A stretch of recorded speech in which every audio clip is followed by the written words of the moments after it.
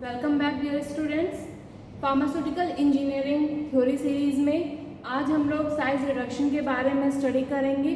Size reduction क्या है, उसकी डेफिनेशन क्या है, इम्पॉर्टेंस क्या क्या है साइज रिडक्शन के, कौन कौन से बेसिक फैक्टर्स हैं जो कि अफेक्ट करते हैं साइज रिडक्शन के ऊपर, और कौन सी मैकेनिज्म्स हैं जो कि यूज़ की जाती हैं साइज रिडक्शन में।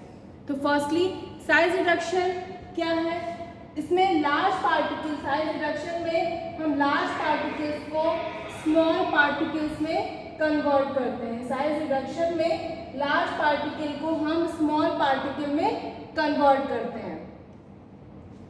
साइज रिडक्शन में लार्ज पार्टिकल हम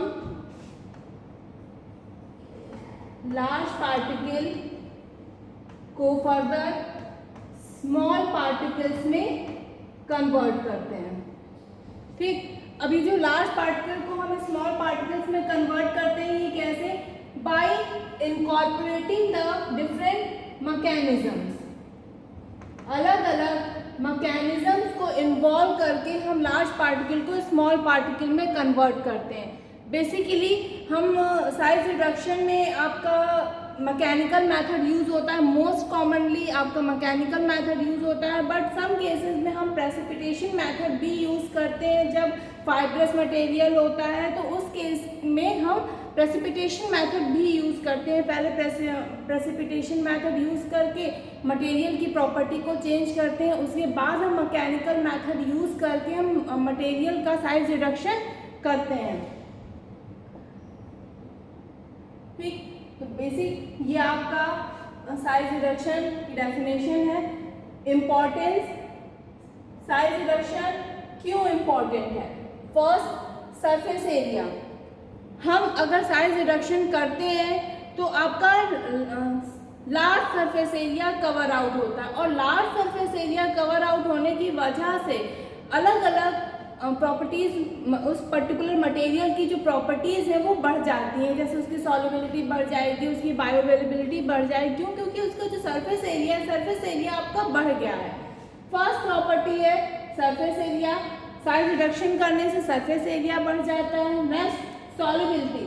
अगर ये सॉल्युबिलिटी आपका फर्दर सरफेस एरिया से कनेक्टेड है, अगर large surface area cover out होगा, ज़्यादा सरफेस मिलेगा, तो उससे उस मटेरियल की सॉल्युबिलिटी भी बढ़ जाएगी।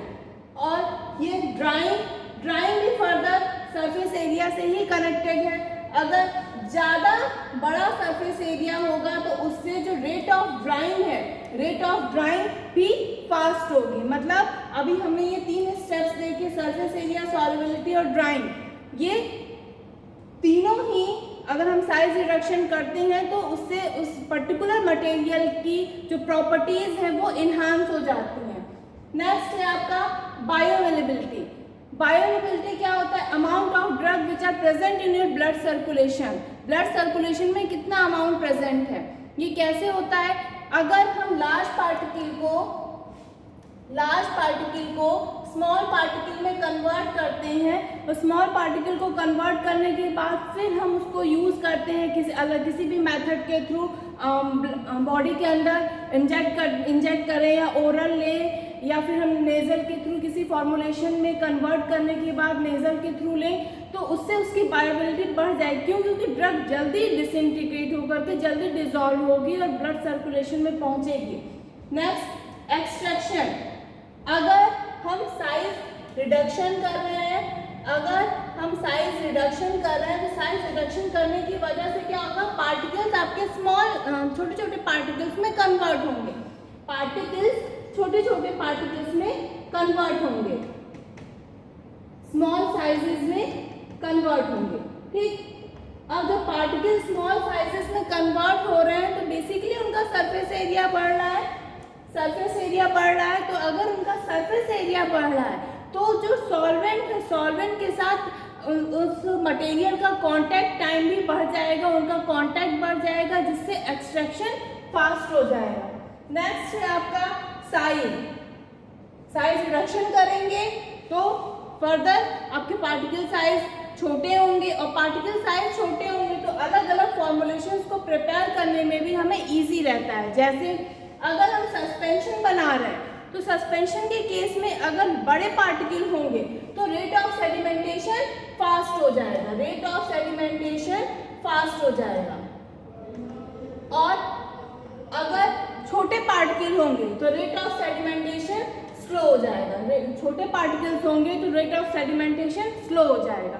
अगर हमें ड्रग को इंजेक्ट करना है तो उसमें भी अगर स्मॉल पार्टिकल होंगे तो ही हम ड्रग को इंजेक्टेबल फॉर्मुलेशंस में कन्वर्ट कर पाएंगे।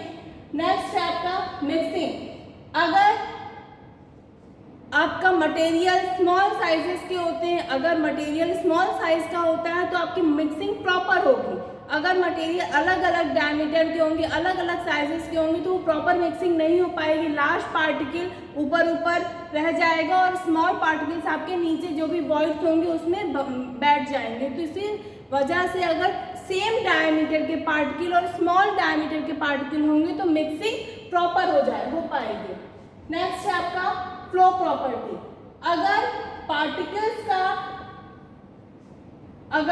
पार्टिकल्स स्मॉल साइजेस के होते हैं, अगर पार्टिकल्स स्मॉल साइजेस के होते हैं तो उसकी वजह से जो पार्टिकल्स की फ्लो प्रॉपर्टी है वो इंक्रीज हो जाती है, पार्टिकल्स की फ्लो प्रॉपर्टी इंक्रीज हो जाती है। Next, change in the colour. काफ़ी सारे ऐसे इंग्रेडिएंट्स हैं जैसे मर्क्यूरिक डाइऑक्साइड, टाइटेनियम डाइऑक्साइड, इनका क्या है, अगर हम इनका साइज रिडक्शन करते हैं, अगर हम इन मटेरियल का साइज रिडक्शन करते हैं तो इनके कलर इनका इन्हांस हो जाता है, इनकी कलर का अपीयरेंस जो है वो बढ़ जाता है। तो ये इम्पोर्टेंस है साइज रिडक्शन की। अभी कुछ और इम्पोर्टेंस है, जैसे नेक्स्ट है to improve the appearance, same change in colour.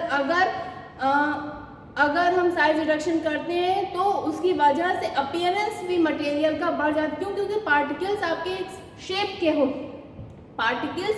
Shape के हो जाते हैं और उस शेप के होने की वजह से वो हमें सही दिखते हैं, उनका अपीयरेंस अच्छा दिखता है। Next, reduce irritation. Reduce irritation कैसे है?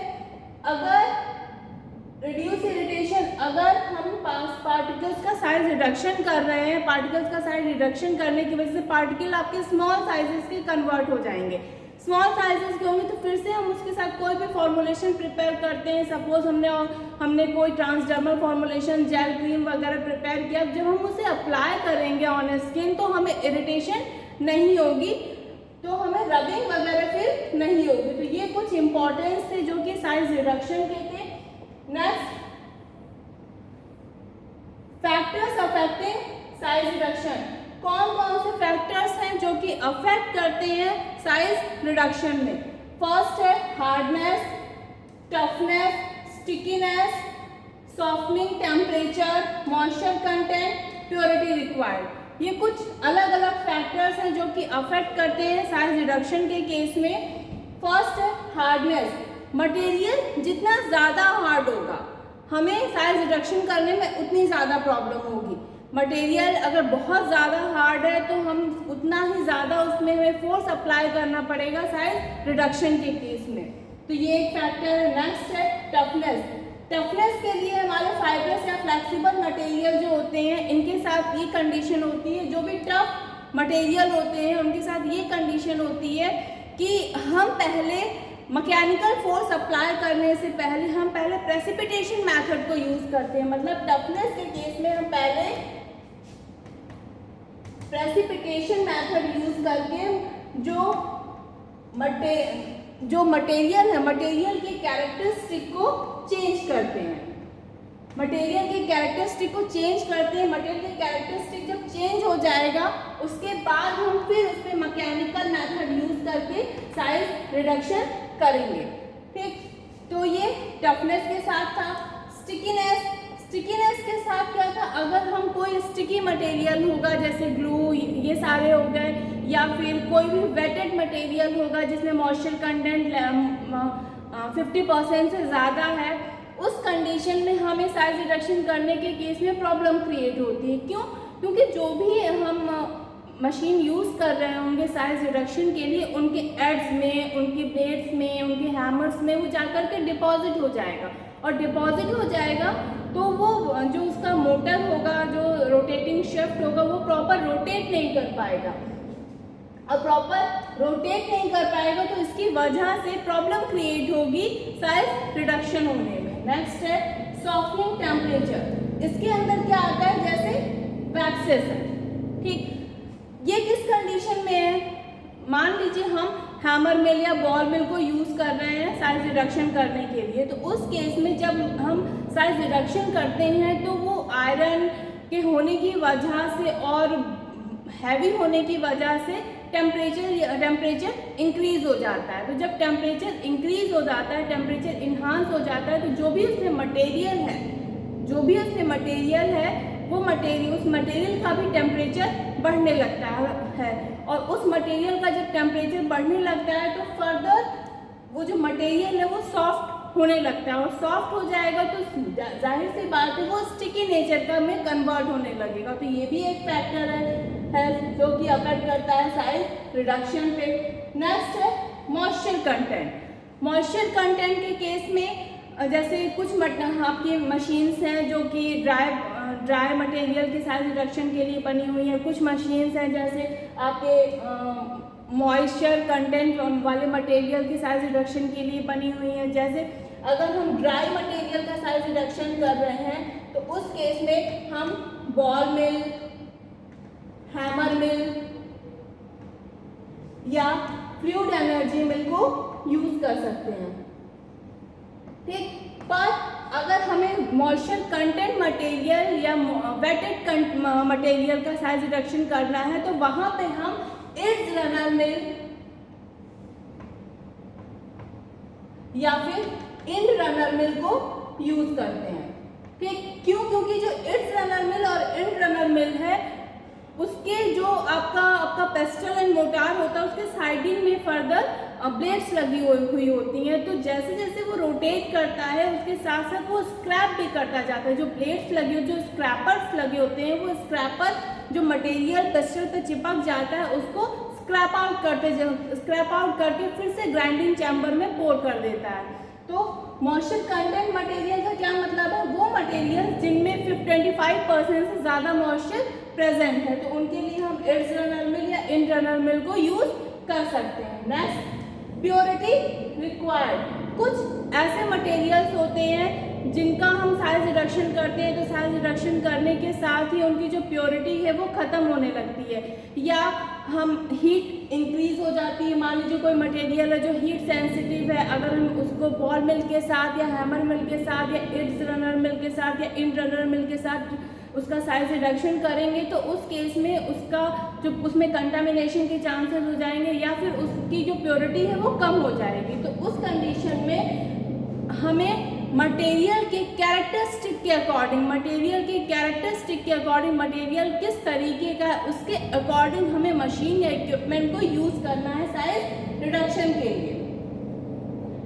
नेक्स्ट है हम साइज रिडक्शन की मैकेनिज्म्स को देखते हैं कि कौन कौन से मैकेनिज्म्स हैं जो कि अफेक्ट करती हैं साइज रिडक्शन में। फर्स्ट है आपका impact, second attrition, compression and cutting. Broadly ये 4 मैकेनिज्म्स यूज की जाती है साइज रिडक्शन के केस में।